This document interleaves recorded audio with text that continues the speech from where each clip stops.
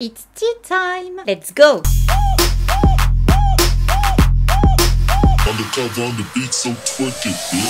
Hey, salut tout le monde, je vous retrouve aujourd'hui pour une nouvelle vidéo avec un t-shirt fripé. Donc ne faites pas attention. Ah non, le moucheron, ça va pas commencer, hein. Je disais quoi? On se retrouve donc aujourd'hui pour parler de Vanessa Hudgens.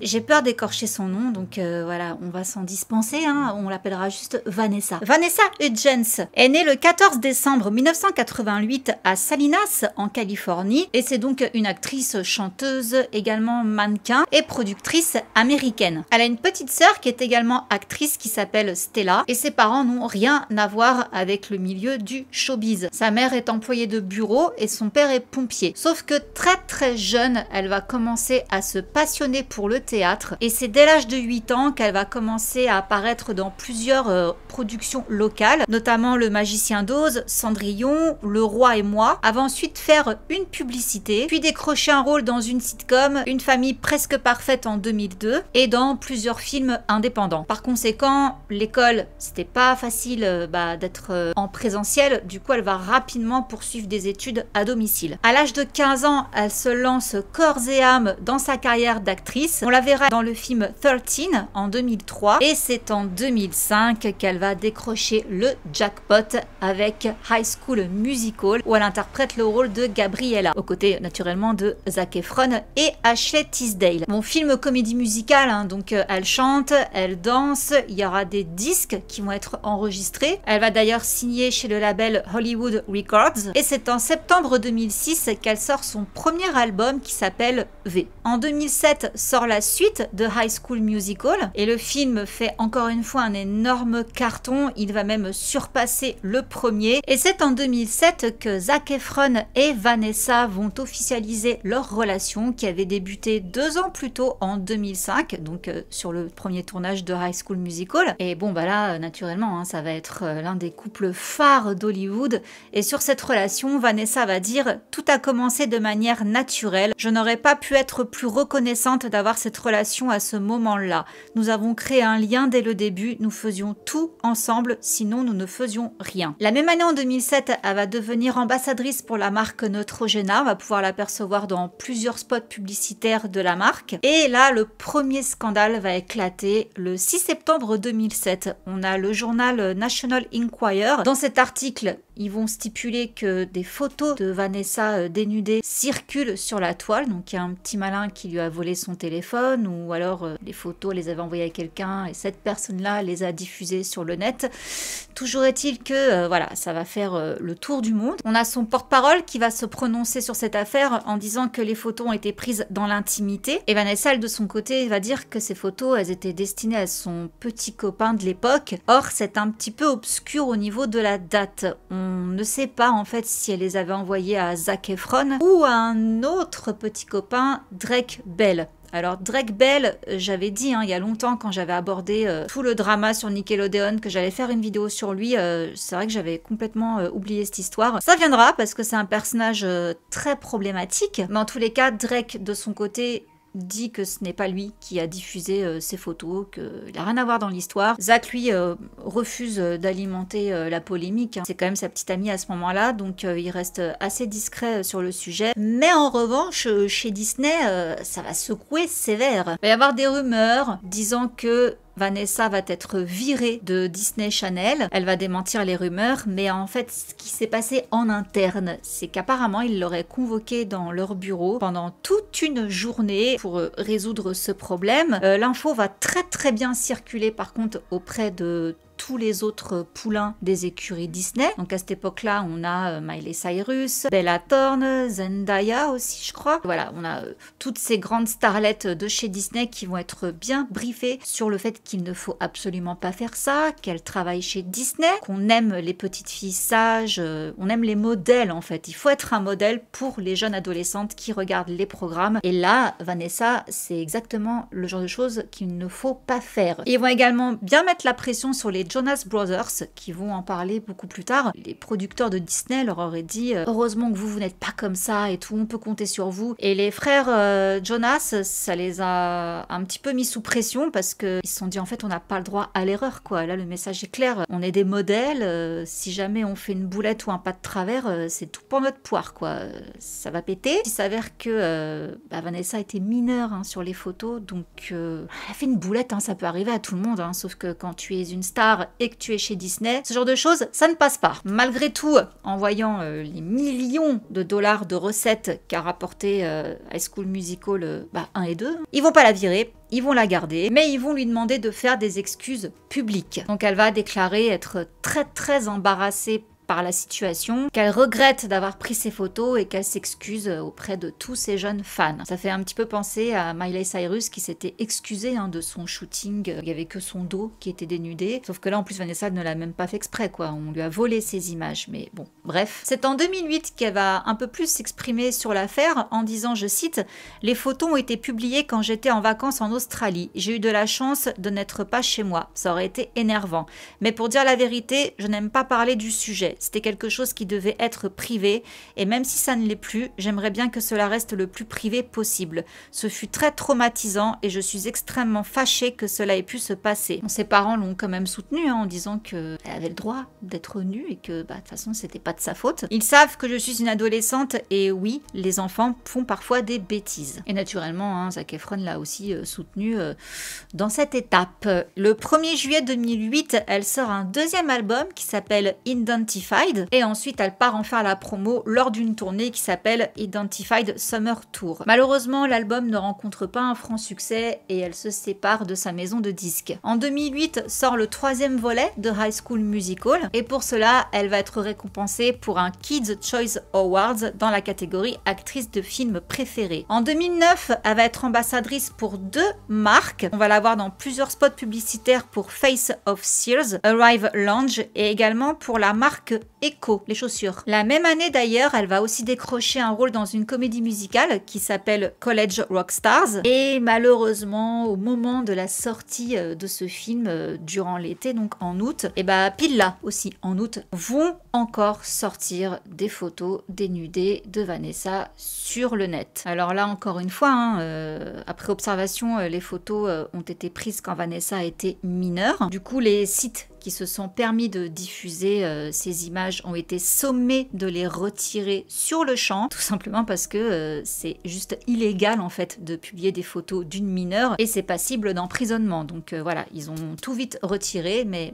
trop tard, le mal est fait. L'année suivante, en 2010, elle va être sous la direction de Neil Patrick Harris pour la comédie musicale Rent. Et malheureusement, cette même année, le 13 décembre, la veille du 22e anniversaire de Vanessa, Zac et elle vont se séparer au bout de 5 ans de relation. En revenant sur cette rupture, Vanessa déclara plus tard, je cite, « C'était un énorme phénomène et tous les yeux étaient rivés sur nous. » Donc là, elle parle du phénomène High School Musical. C'était une chose étrange à vivre, mais le fait d'être dans une relation me permettait de trouver une certaine stabilité. J'avais quelqu'un sur qui compter. Alors bien qu'il n'y ait jamais eu de confirmation, apparemment en coulisses, il aurait été question de fiançailles aux alentours de 2009. Et selon des sources, il est dit que Zac s'est senti obligé de demander Vanessa en mariage à cause de la pression de sa mère, car la maman de Vanessa serait, paraît-il, un peu vieux jeu, et elle n'approuvait pas que Vanessa puisse vivre avec Zac sans la moindre promesse de mariage, car oui, ils habitaient ensemble. Alors les raisons de cette rupture, la distance. Chacun avait des projets qui les éloignaient, qui ne pouvaient pas se voir aussi souvent qu'ils le voulaient. Vanessa dit que elle, justement, les relations longue distance, c'est pas son truc, et elle va dire qu'elle était passée par une phase où elle a été vraiment très méchante avec lui parce que tout simplement elle en pouvait plus, qu'il y avait toutes les filles qui lui couraient après et qu'elle a passé son temps à leur lancer des regards noirs. Et au bout d'un moment, elle s'est rendu compte que non, ça devait pas se passer comme ça, qu'il valait mieux propager de l'amour, être une bonne personne et surtout prendre conscience que ces filles-là les soutenaient tous les deux. Et bien qu'il soit dit qu'ils sont restés en bons termes, qu'il n'y a pas eu de drame autour de leur rupture, d'autres disent que non, en fait, ils s'adressent plus la parole, mais on sait pas trop pourquoi. La seule chose qu'elle nous a dit, c'est « on ne se parle plus, j'ai complètement perdu contact avec lui ». En 2011 sort le film Sortilège, qu'elle a tourné avec Alex Pettyfer. J'ai adoré ce film-là, pourtant je sais qu'il a pas du tout bien bien marché, il a pas été très bien accueilli, mais moi perso en tout cas j'ai kiffé. Et ça recommence cette même année-là, il y a de nouveau des photos d'elle dénudée qui vont sortir sur la toile. Alors je ne sais pas si c'est la même personne qui fait ça à chaque fois, peut-être bien que oui, mais c'est de l'acharnement là, c'est la 3e fois en même pas 5 ans. Celles-là sont un petit peu plus osée et on la voit également embrasser sur la bouche une autre actrice, Alexa Nicolas, qu'on a pu voir dans la série Zoe 101. Je vous avais parlé d'elle dans la vidéo sur Jamie Lynn Spears. Et bon bah voilà, hein, de nouveau Vanessa pointée du doigt, hein, de nouveau la paria, la traînée. Where's Vanessa Hudgens? Girl, you got to keep your clothes on!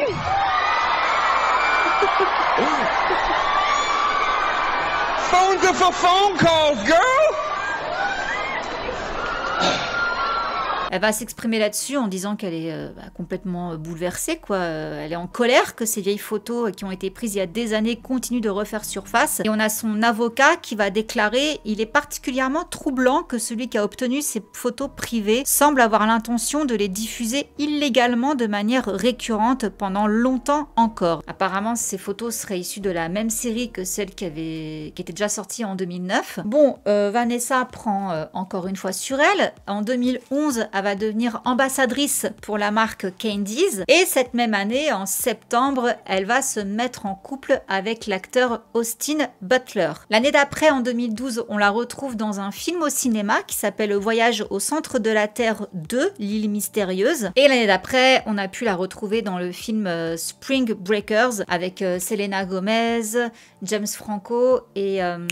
comment elle s'appelait la petite blonde là de Pretty Little Liars? Ashley Benson. La même année, en 2013, elle est encore ambassadrice pour une autre marque qui s'appelle Bongo. Et en 2014, elle va prêter sa voix pour un film d'animation qui s'appelle The Great Migration, où là on peut retrouver plein d'autres acteurs de la même génération. Donc on a Ashley Tisdale, Ashley Benson. Et quelques mois plus tard, va sortir une télé-réalité avec Vanessa et Ashley Tisdale, tout simplement intitulée Vanessa and Ashley Inner Circle. Toujours la même année, en 2013, année assez chargée, hein. C'est cool, elle a eu plein de projets. Il y a eu un film avec elle qui est sorti qui s'appelle Gimme Shelter, puis un thriller qui s'appelle Suspect avec Nicolas Cage. En 2014, il y a encore des photos d'elle qui vont circuler sur la toile. Et c'est assez ironique d'ailleurs parce que, est-ce que ça a donné des idées? Je ne sais pas. Mais elle va être également élue femme la plus sexy selon Maxim. On connaît bien ce journal. Mais les projets continuent. Elle va se produire à Broadway. Donc elle va répéter la pièce fin 2014. Et elle va se produire du 16 janvier au 12 février 2015 pour une comédie musicale qui s'appelle Gigi. On va la retrouver en 2016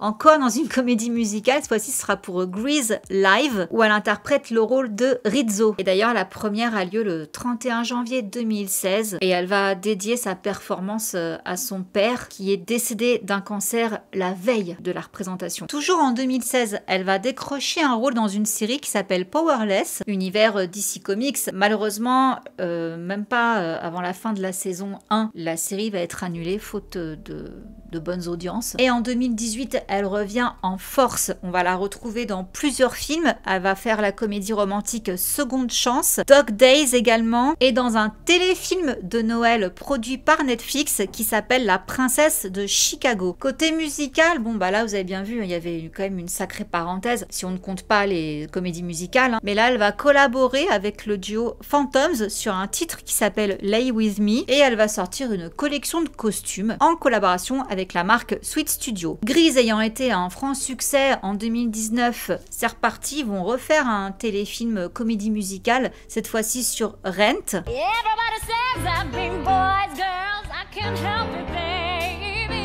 Et cette même année, en 2019, elle va tenir des propos qui vont un petit peu choquer pas mal de personnes. Elle va déclarer vouloir travailler avec le réalisateur Woody Allen, qu'on sait être assez problématique, hein. Donc là, pour rappel, on est quand même dans le mouvement MeToo, hein. Ça fait déjà une bonne année qu'on est bien dedans. Donc forcément, ça va pas trop plaire, hein, ce genre de propos. Mais elle dit qu'elle adore en fait les univers romantiques qu'il arrive à créer. Fin 2019, donc même année, elle va à nouveau collaborer avec Netflix pour un film qui s'appelle L'Alchimie de Noël.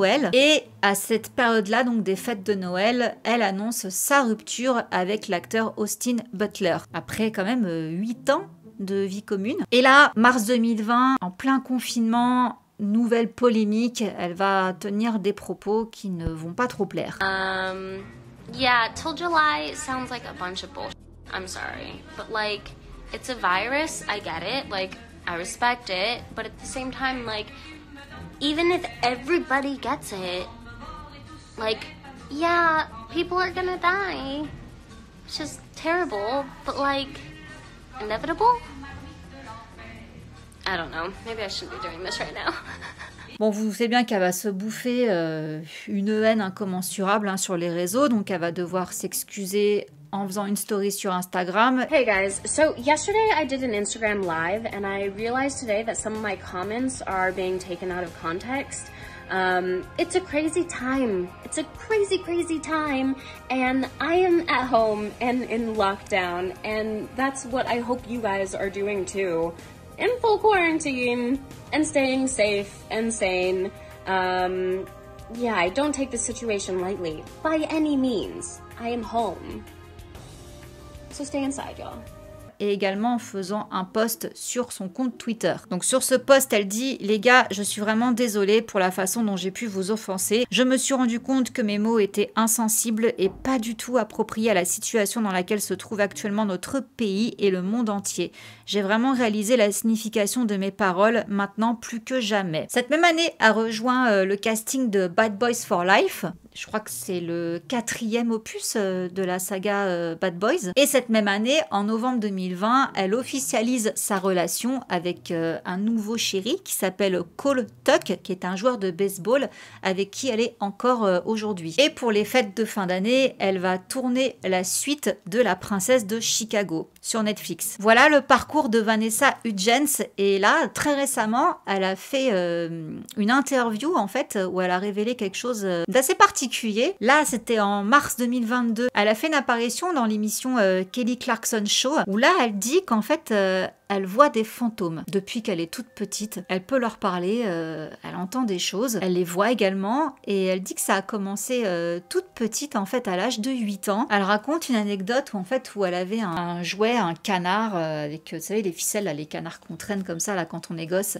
Et elle dit que le canard était posé sur la table et que quand elle s'est levée, le canard l'a suivie, alors qu'elle ne le traînait pas. Bizarre. Elle dit que pour communiquer avec les fantômes, elle a une boîte à esprit et qu'elle considère ça comme un cadeau, comme un don. Et d'ailleurs, apparemment sur le tournage d'un film en 2011, elle avait aussi été visitée par des esprits. Donc voilà. Bon, après, on y croit ou on n'y croit pas. En tous les cas, c'est la dernière petite anecdote que j'ai trouvée sur elle. Donc voilà, j'espère que cette vidéo vous aura plu. Je vous cache pas que moi, Vanessa, je la connais de loin. Enfin, c'est pas une actrice dont j'ai suivi le parcours. Voilà, forcément, je suis pas passée à côté de High School Musical et de sa love story avec Zac Efron.